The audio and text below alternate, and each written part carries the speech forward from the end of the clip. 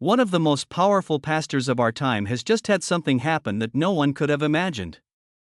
Bishop T.D. Jakes is a well-known preacher, author, and person who is always there. Now finds himself in the middle of a storm that no one saw coming. This isn't just another headline, it's shocking, personal, and emotional. Millions of people are still shocked by what happened recently, and many are asking, how could this happen? Whether you admire his voice of hope or question his growing power, the story goes deeper than anyone thought, from online rumors to surprises that shook both the church and the culture.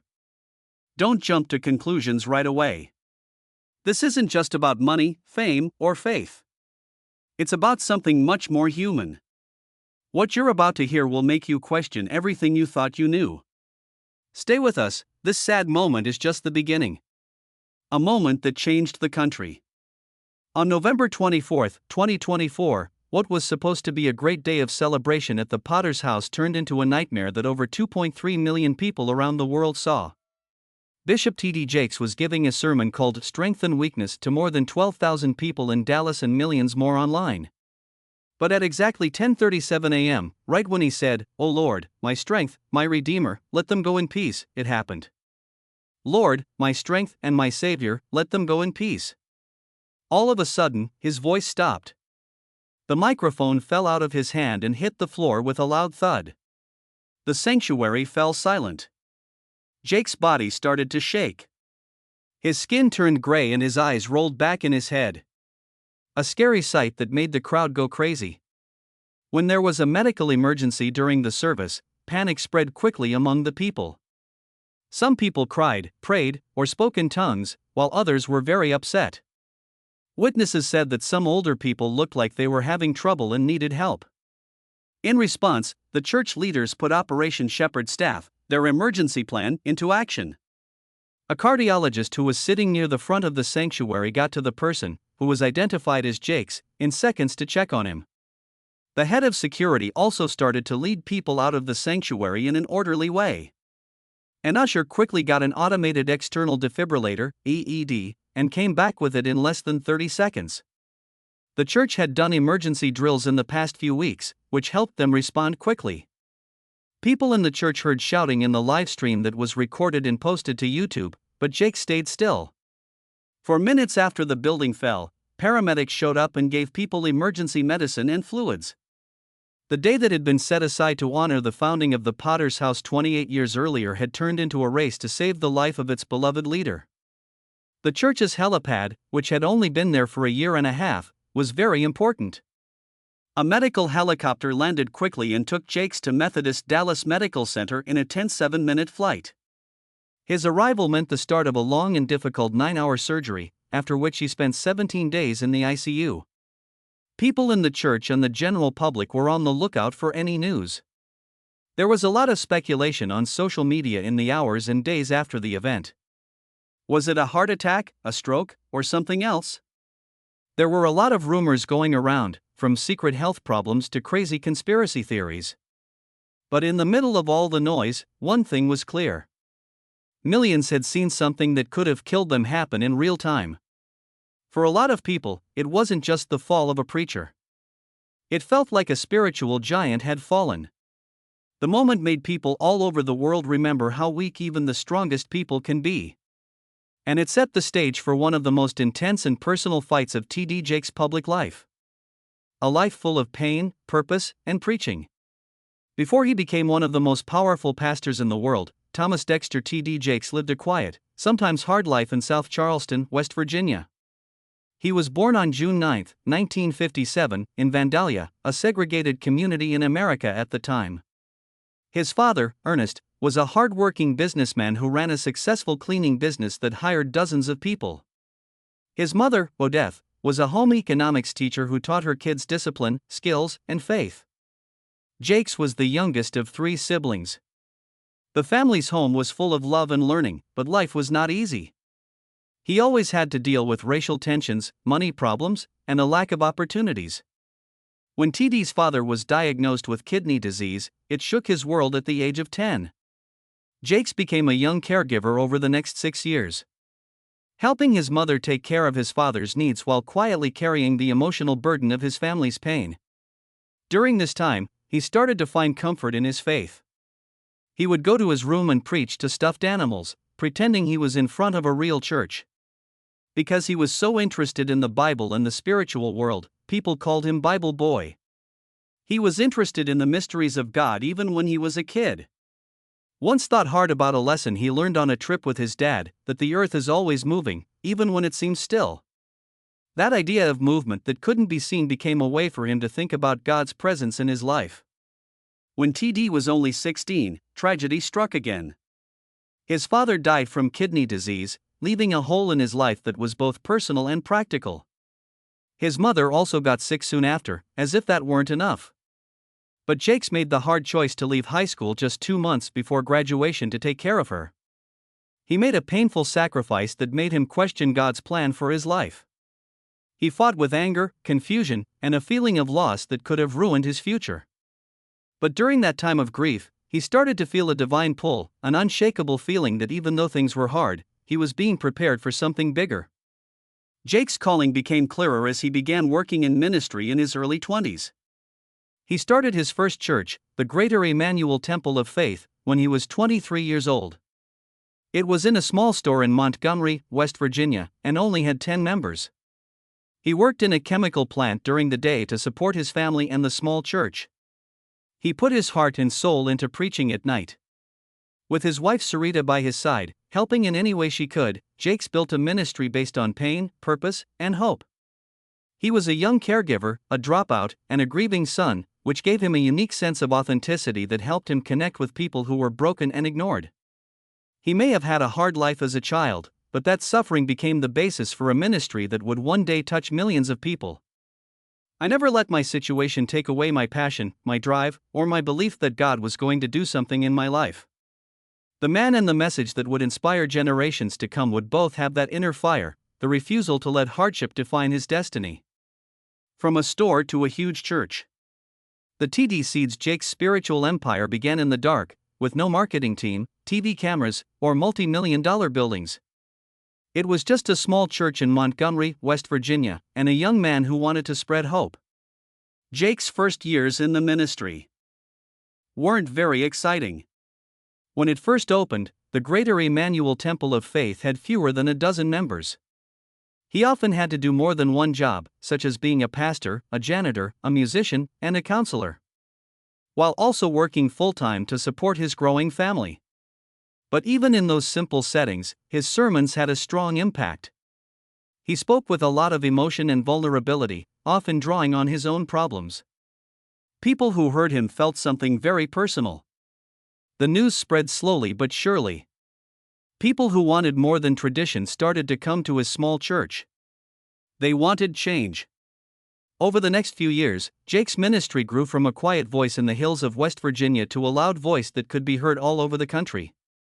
In 1996, he felt the call to grow and took a leap of faith by moving to Dallas, Texas, a city with no guarantees but a lot of potential. Jake started what would become the Potter's House with only a few families who believed in his vision. The first few days in Dallas were hard.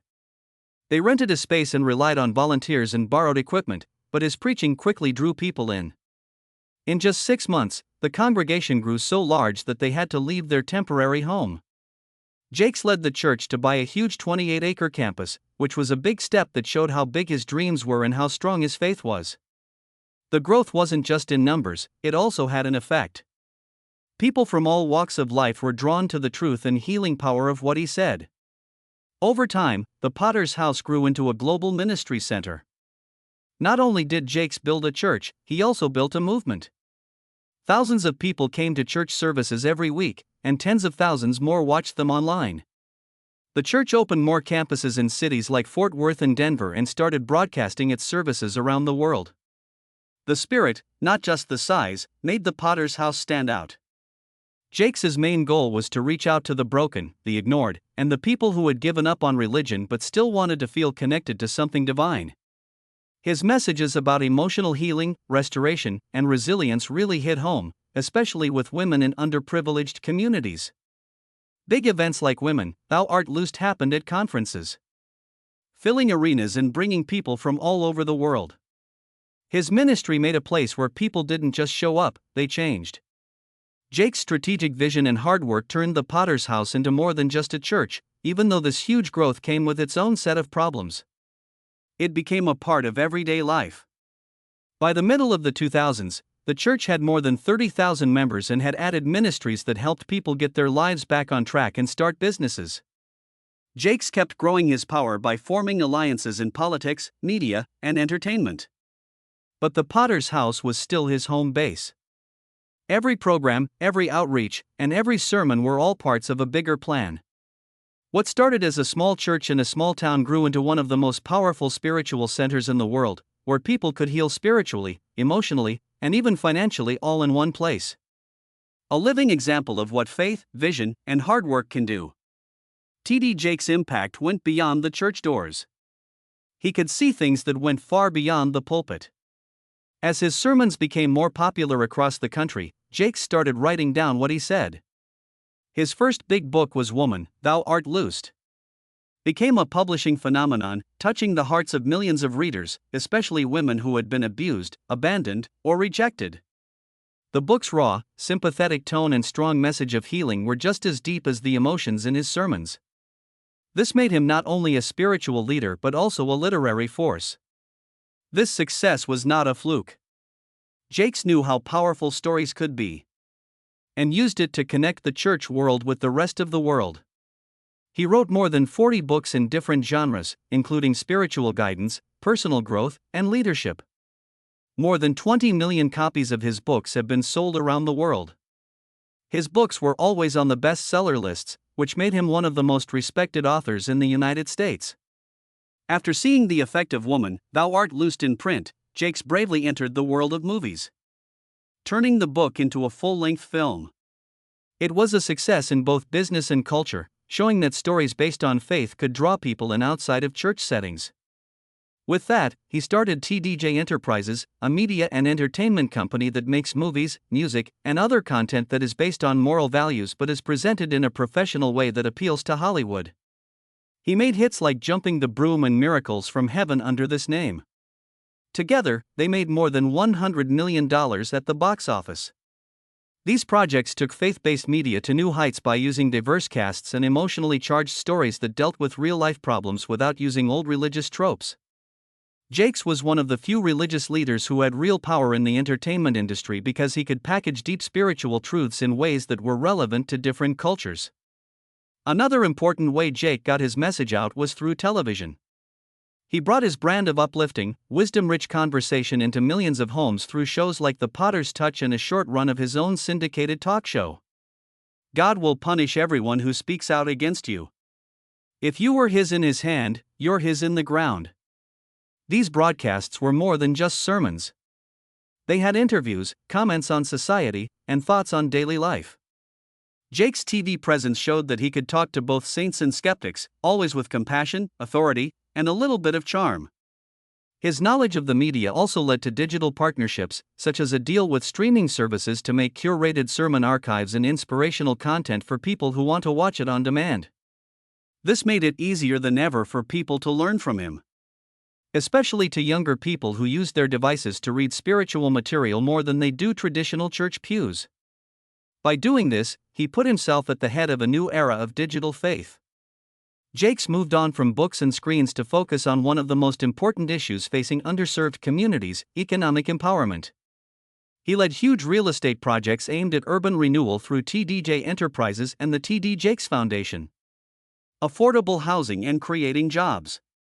In cities like Atlanta and Miami, Jakes played a big role in bringing back to life neighborhoods that were having a hard time. He did this not only through charity work, but also by starting businesses and making smart investments. His work with banks and developers brought in hundreds of millions of dollars for projects that help close the wealth gap and give people who are often left behind useful resources. Faith under attack. Bishop T.D. Jakes has had a lot of success and influence, but he has not been able to avoid theological criticism. One of the most heated and long-lasting arguments about him is about how he explained the Christian doctrine of the Trinity. Christian orthodoxy has always said that God is three separate people: the Father, the Son, and the Holy Spirit. Jakes has, however, long called these divine aspects manifestations. Theologians and pastors were worried about this word because they thought it sounded like modalism, a heresy that says the Trinity is not three separate people. At the Elephant Room Conference in 2012, Jakes tried to make his point clearer by saying, one God, three persons, but he also said that he preferred the word manifestations. A lot of people in the faith community were confused and split over this. Some people said he was being vague about theology or trying to straddle orthodoxy and popular appeal.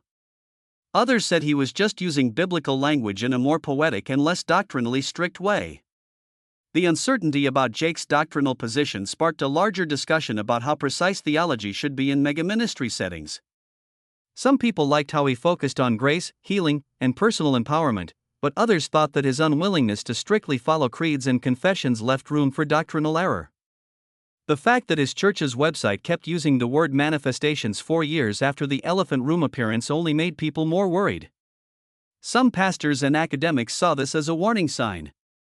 Others, however, thought it wasn't a big deal because of the good things that came from his ministry. The question was still there. Could someone be a spiritual leader on such a large scale while believing in God in a way that was different from what Christians had agreed on for hundreds of years? For many conservative believers, it cast a long shadow over what would have been an inspiring legacy. People have also criticized Jakes a lot for how he talks about prosperity and blessings. The main point of the argument is that people think his teachings are too similar to the prosperity gospel, which says that faith and obedience will lead to money, health, and success. Jakes has said in public many times that God's favor shows up in material ways. One of the most famous things he has said is, if you obey God, you will never be broke another day in your life. Some people find these statements encouraging and see them as a reason to hope for better things, while others find them troubling because they think they take the gospel's focus off of sacrifice, service, and spiritual growth. Some people say that using language like this could make God seem like a vending machine. If you pray and give, good things will happen to you. People who are poor or have a long-term illness but still have strong faith may find this kind of message alienating or even manipulative. The story gets even more complicated because of the way Jakes lives his life.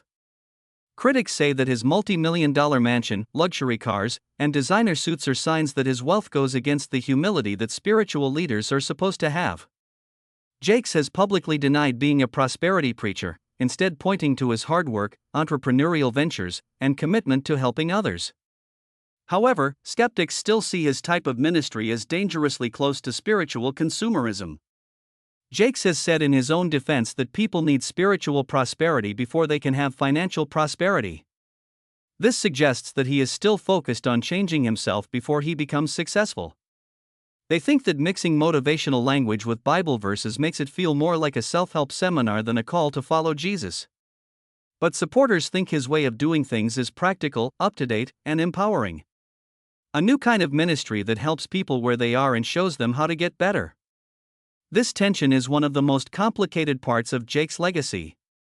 The distinction between inspiration and indulgence, as well as between empowerment and entitlement, continues to be a subject of persistent discourse within the global Christian community. Contemporary ethics and societal viewpoint. Bishop T.D. Jakes is now at the center of a new kind of theological tension, one that is shaped as much by cultural expectations as by biblical interpretation. This is because society has changed the way it talks about gender, sexuality, and identity. In the beginning of his ministry, Jakes held a conservative view on LGBTQ issues, which was in line with traditional evangelical views that saw homosexuality as a sign of brokenness. But as time went on, the way he spoke and the way he sounded changed. During the 2010s, Jakes moved away from making rigid statements in interviews and sermons and toward a more nuanced approach. He recognized the diversity of experiences within the LGBTQ+ community and urged churches to understand how complicated the cultural moment is. I think it will be different from one church to the next. Different churches have different views on the matter, and so do gay people. At first, these changes were small. But they were a sign of a bigger change in his views that both his fans and his critics noticed. Jakes' effort to find a middle ground between his religious beliefs and his cultural compassion made some people admire him and others angry. Progressive Christians praised him for being understanding and willing to listen. Qualities that they thought were sorely lacking in most evangelical leaders. Many younger Christians and people who were unhappy with strict religious rules agreed with what he said about churches needing to be flexible and treating LGBTQ+ people with respect. Jake said in an interview in 2015, "I think it's going to be different from church to church. There is no one right answer for every church, and every gay person is different." This shows that he thinks the relationship between faith and sexuality is more complicated than a one-size-fits-all theology. At the same time, conservative evangelicals accused him of compromising his beliefs, saying that his softer language made it harder to tell the difference between supporting people and supporting behaviors they thought were against the Bible. People saw Jakes as someone who was torn between inclusion and conviction, which was a big part of how he was seen by the church and by society as a whole. Another area of Jake's changing moral framework that caused a lot of debate was gender roles. For a long time, he was known for giving women power through conferences and sermons. But then he started to question traditional ideas about what it means to be a man and a woman, which made some of his more conservative followers uncomfortable. Jake's sermon, which got a lot of attention, said that old ideas about gender roles were no longer useful and that people needed to think about their responsibilities and identities in a more flexible way in today's world. These comments led to a lot of disagreement. Some people praised his forward-thinking attitude, while others said he was hurting biblical family structures. For Jakes, though, the focus seemed to stay on giving people, no matter their gender, the tools they need to thrive spiritually, emotionally, and practically in a world that is changing quickly. Social justice is probably the most important part of Jake's moral pivot. He has spoken out more than ever about systemic racism, economic inequality, mass incarceration, and educational disparities in the last few years. He thinks the church has too often ignored these problems. At first, his message was mostly about healing himself, but now it has grown to include public advocacy. He has told white evangelical leaders to think about more than just abortion and same-sex marriage when it comes to moral issues, telling them to fight against the unfairness that affects communities of color more than others. This has earned him respect in politics and academia, but it has also made religious conservatives more critical of him, saying that he has moved from preaching the gospel to being politically active. Jakes is still committed to what he calls a whole gospel, one that speaks not only to the soul but also to the people who are suffering in the streets. By doing this, he keeps changing what it means to be a spiritual leader in the 21st century, balancing old truths with new ones. The $100 million fight for his name is a federal lawsuit against musician Sean Diddy Combs that includes the world-famous Dallas pastor T.D. Jakes. The storm started quietly, hidden in the complicated legal language of a lawsuit that had nothing to do with Bishop T.D. Jakes until it did. On March 25, 2024, music producer Rodney Lil Rod Jones filed a shocking lawsuit against music mogul Sean Diddy Combs. The lawsuit was full of disturbing claims. But buried deep in the 100-page document was a shocking claim that Combs planned to use his personal relationship with T.D. Jakes to improve his public image after being accused of abuse multiple times. This claim sent shockwaves through both the church world and the entertainment industry. Page 47 became the center of speculation not because it showed that Jakes had done something wrong, but because it suggested a secret alliance that didn't fit with the bishop's public image. That short mention was enough to start a lot of questions. What kind of relationship did they have, and how far did it go? When social media took off, conspiracy theories spread almost right away. There was no solid evidence linking Jakes to any crime, but online rumors spread like wildfire, fueled by fake audio and video content made by anonymous YouTube channels and AI that claimed to expose Jakes. Some of the videos said he went to secret parties hosted by Combs, while others went so far as to say he was involved in money or blackmail. In the digital age, rumors can be used as weapons, and in this case, it was hard to tell what was true, what was made up, and what was a deepfake. Jake had built his platform on being honest, but now he was in a minefield of digital lies where what people thought was more important than what was true. The attack wasn't just on his good name. It put his whole ministry's credibility at risk. In response, Jakes did something that not many famous leaders have had the guts to do in similar situations. He let in radical openness. A few weeks after the lawsuit came out, Jakes filed a $100 million defamation lawsuit against Rodney Jones, saying the claims were not only false, but also meant to hurt him. Then he sued the YouTube creators who made the most viral falsehoods, demanding that they be held accountable and that manipulated content be taken down. But he didn't stop there. Jakes made the financial records of his own church public, asked an independent group of church leaders and legal experts to look over his ministry, and took a polygraph test of his own free will. He then made the results public. These actions were not only rude. They were rude and a brave attempt to get his name back and take charge in a media climate that loves scandal. Not because of the accusations themselves, but because of how Jake chose to respond, the situation became a defining moment in his public life. Many public figures make statements and then go back to their lives. Jake, on the other hand, was very open about what was going on. His honesty sent a strong message to his church and the world. You don't show integrity by hiding, you show it by facing up to things.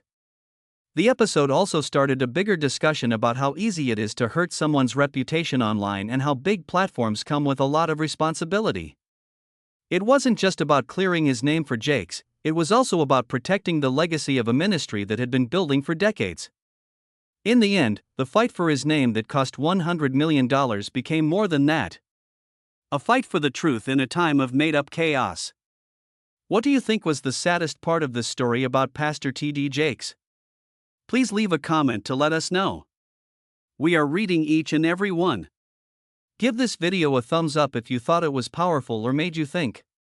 If you want to read more stories like this one, don't forget to subscribe. And before you leave, watch one of the 2 videos on your screen. We think you'll find them just as surprising.